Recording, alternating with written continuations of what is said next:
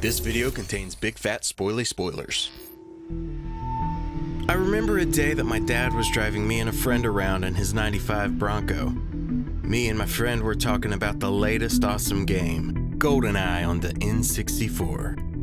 Me and Johnny talked for several minutes about PP7s, KF7 Soviets, the powerful RCP-90 hidden on the train, rocket launchers, grenade launchers, and so on. Dad listened quietly, and after a while said, "Where does Bond carry all that stuff?" This was the first, but not the last time I would consider the cartooniness of video game characters, reaching behind their back to grab an infinite supply of items, Wile E. Coyote style.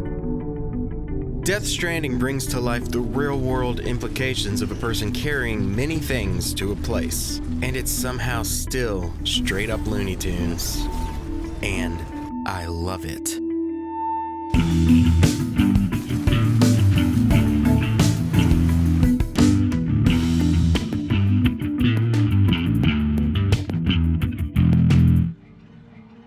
Once there was an explosion. Death Stranding begins beautifully. Hideo Kojima showcases his love of cinema with an intro sequence that could easily play on the big screen. We hear Norman Reedus deliver some vague, banging poetry. It's a subtle performance, done with conviction. A bang which gave rise to life as we know it. The visuals begin with stunning scenery shots, the macro, if you will, followed by subtle cues to the mechanics that define this world, or the micro. This dichotomy of scope is a perfect overture for what is to come. Death Stranding is a game that somehow yells at you right before it whispers. It's full of these sleight-of-hand moments that reward the observant. Each frame tends to be either overly dense or obliquely empty, like the open landscape between the populated not cities. This back and forth, the dense and the empty, are two themes that will play till the end of this story. Before we talk about the music, I want to highlight how good this game sounds. From Sam's labored breath to the satisfying snap of the zip launch. The sound always feels in tune with the world. There are these little chiptune Easter eggs. Matter of fact, there are lots of nice little audio touches. Like if you rotate the camera while standing by a force field, the virtual microphone will follow. In snowy areas, you might hear a quick sleigh bell cue. I like that. The thoughtfulness of the sound design is lovely. My mom is a singer, songwriter, and musician. When I was a kid, we traveled a lot around the US. It was on these long road trips in the back of a car with a Walkman that I would imagine scenes set to music and played out across the passing landscapes. One of the things that does seem to be universally loved about Death Stranding is the soundtrack of licensed music made up predominantly of songs by the band Low Roar. The places where the sound effects duck to make room for the music during key moments of story and discovery has no doubt left an impression on multitudes of porters. In a behind-the-scenes interview, Kojima spoke of getting inspiration for scenes while listening to his Walkman during his commute. In addition to the existing tracks, the literally unsung hero of the music here is Ludwig Forsell. His moody background tracks perfectly complement both the licensed songs and the world itself, and he does this by mirroring organic tones with sci-fi colors. Much of it, such as the summary music that plays when you finish a delivery, reminds me of Sarah Schachner's score on Assassin's Creed Origins, a soundtrack I grew to adore. Also, I get some Lena Raine vibes from Celeste. Check out the song Chiralium, and you'll know what I mean. The world here is the star. It looks stunning. But though it roars with the engine of Horizon Zero Dawn, it doesn't arrive at the perpetual golden hour and particle effects that made that game a beautiful sight to behold. That's not to say this game isn't gorgeous though. In the spring of 2017, I played Breath of the Wild and Horizon back to back. While I loved the latest Zelda's art style, it didn't have the breathtaking imagery of Horizon's picture-perfect wild land.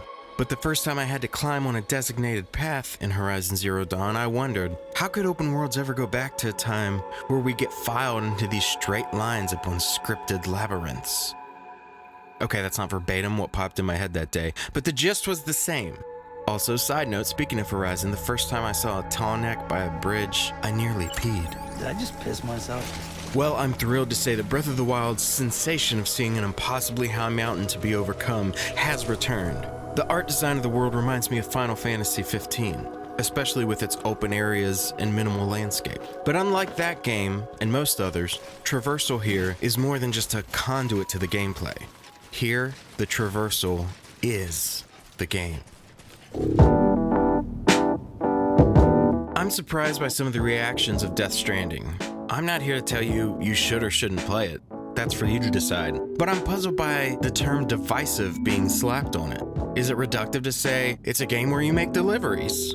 I mean, Destiny's a game where you shoot stuff. Mario is a game where you find stuff.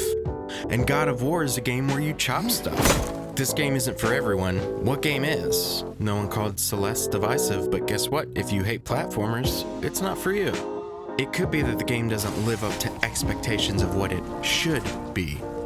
But what should it be? Wanting it to be Metal Gear Solid 6 is like wanting Breath of the Wild to be Super Mario Galaxy 2.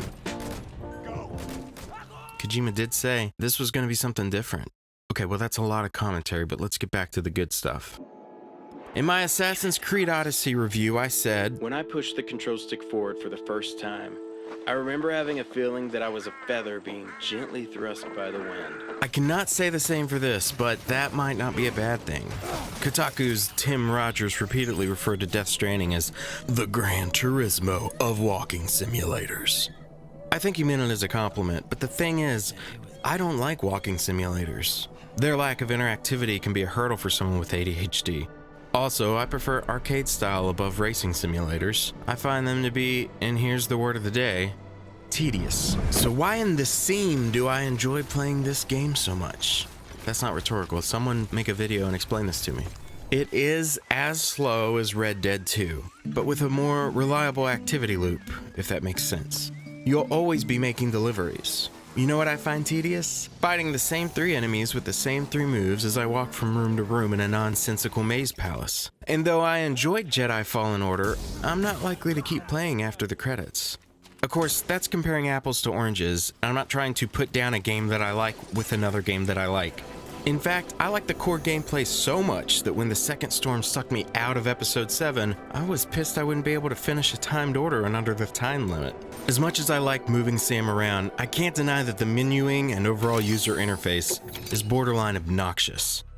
Combat, though not the focus, has a fair deal of depth. There's a myriad of weapons on display, quite literally, and they offer a wide range of attack, from a multiple rocket launcher down to a piece of rope. For each type of enemy, you'll need a different weapon and/or ammo. Speaking of enemies, there are basically 3 types. You've got your BTs, which are the sparkle ghosts that came about as a result of the game's titular event. Then you have mules, who are basically evil porters. And then terrorists, who are like mules, but worse. The game all but demands you never kill, and if you do, you'll trigger a void out that leaves a crater in the map unless you burn the bodies.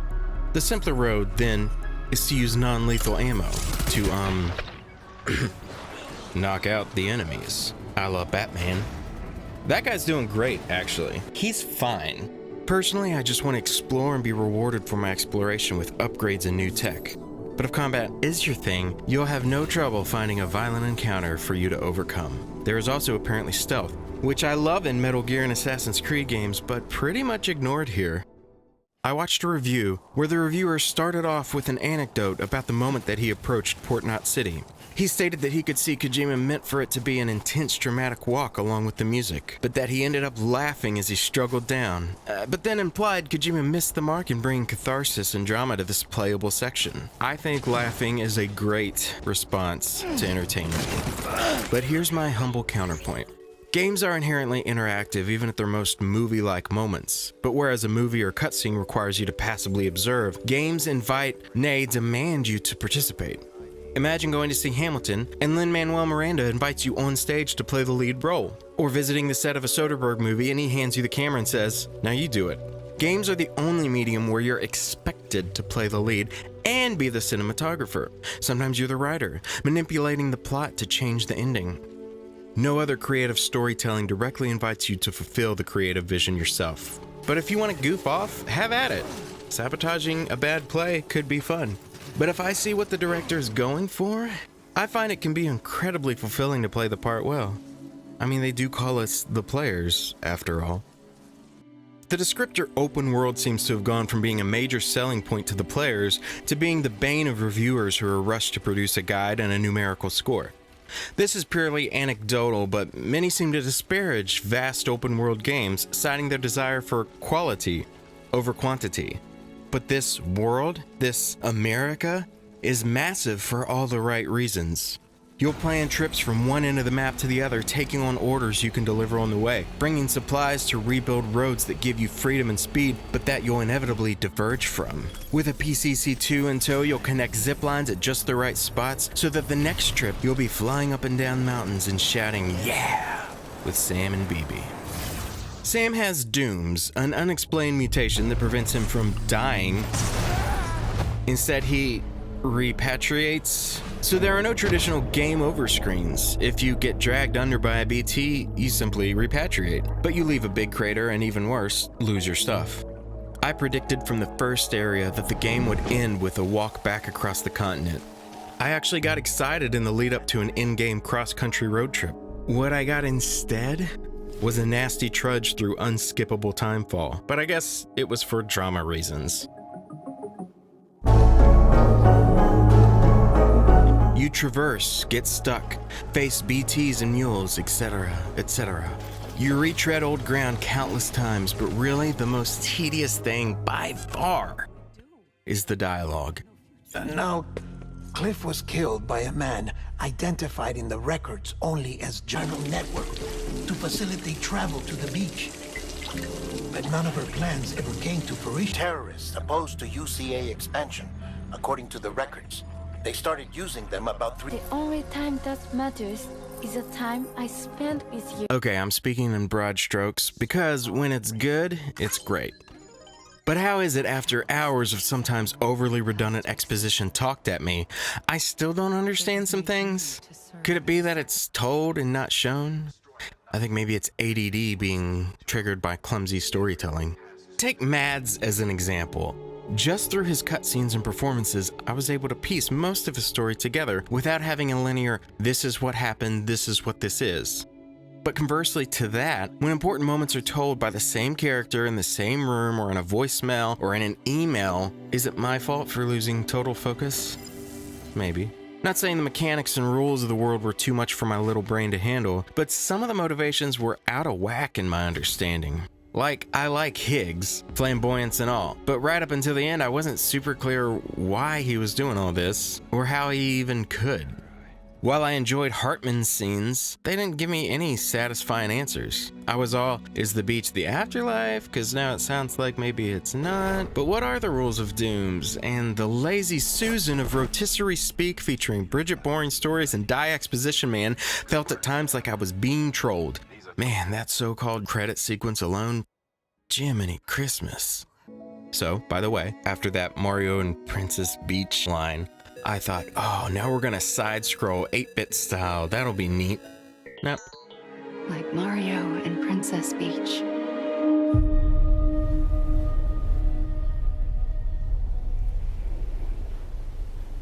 Sure. When it's good, it's great. I loved this moment towards the end when you see the figures in the sky in the same formation as the BTs in the title screen.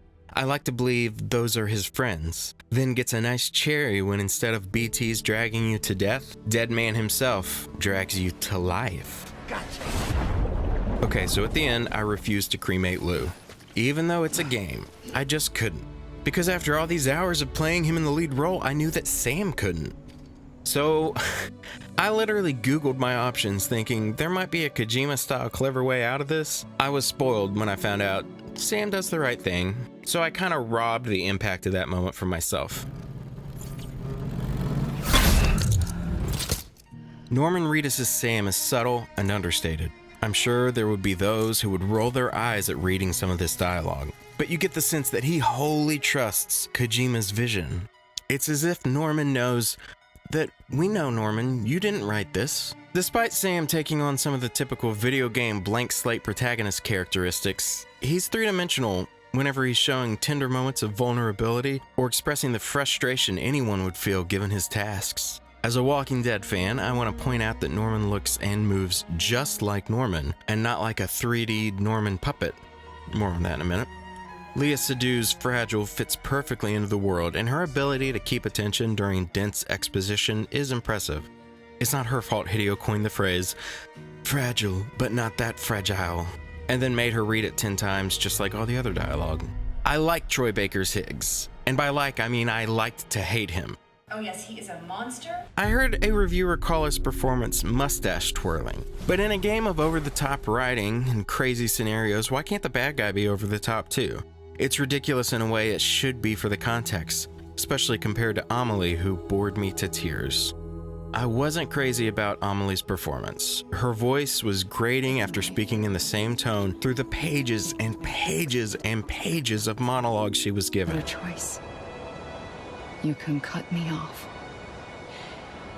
An EE doesn't have that option for itself, but it might need it. What can I say about Mads? Mads was incredible, and I mostly felt sorry for his character rather than dread him. If I could, I'd give him an award. Hey, anybody remember him in King Arthur? Deadman was a nice, quirky contrast to Sam's stoicism. I loved that his heart was warmed by the end, and so was Sam's. They hugged! Tommy Earl Jenkins as Die Hardman was all in as the chief quest giver character. He has a strong, clear voice, which is good because you hear it a lot. If you've played to the end, then you know he trades in the trite explaining for a memorable, heartfelt one take. I found Mama's story to be unexpectedly moving and delivered very well. I don't know who Nicholas Refn is, but with him, Amelie, and Deadman, it becomes obvious who's using a body double. The faces seem stiff, especially compared to Mads, Mama, and Fragile. The chiral artist has a big awkward scene with some jerk. It's lengthy and feels super shoehorned and feels super shoehorned in a way that makes the monster endorsement seem organic and natural. Hey, Conan's in it! In the end, I don't think the game deserves the pressure of being either the greatest or worst game of all time. I enjoyed playing it 90% of the time because it didn't feel tedious. To me, tedious is grinding in an FPS by getting headshots and never doing anything different. But sometimes that's what I want to do. I felt like most of the deliveries were more like puzzles of route, equipment, and vehicles. Constant risk and reward. I didn't care much about the likes. I wanted to build more zip lines and roads and find the next moment where the sound ducks, the music swells, and the director says, "Go over there." He lets me make the choices. I can ham it up, which can be fun, or I can dig into the catharsis of it all.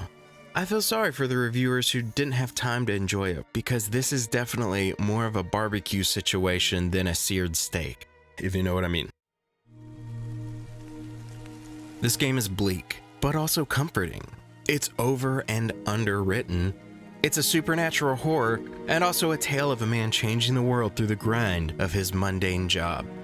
It's flawed, but it also just might be Kojima's magnum opus. I finished just after midnight, under the glow of our living room Christmas tree, and I loved the hope, the birds, the return of the OG rainbow.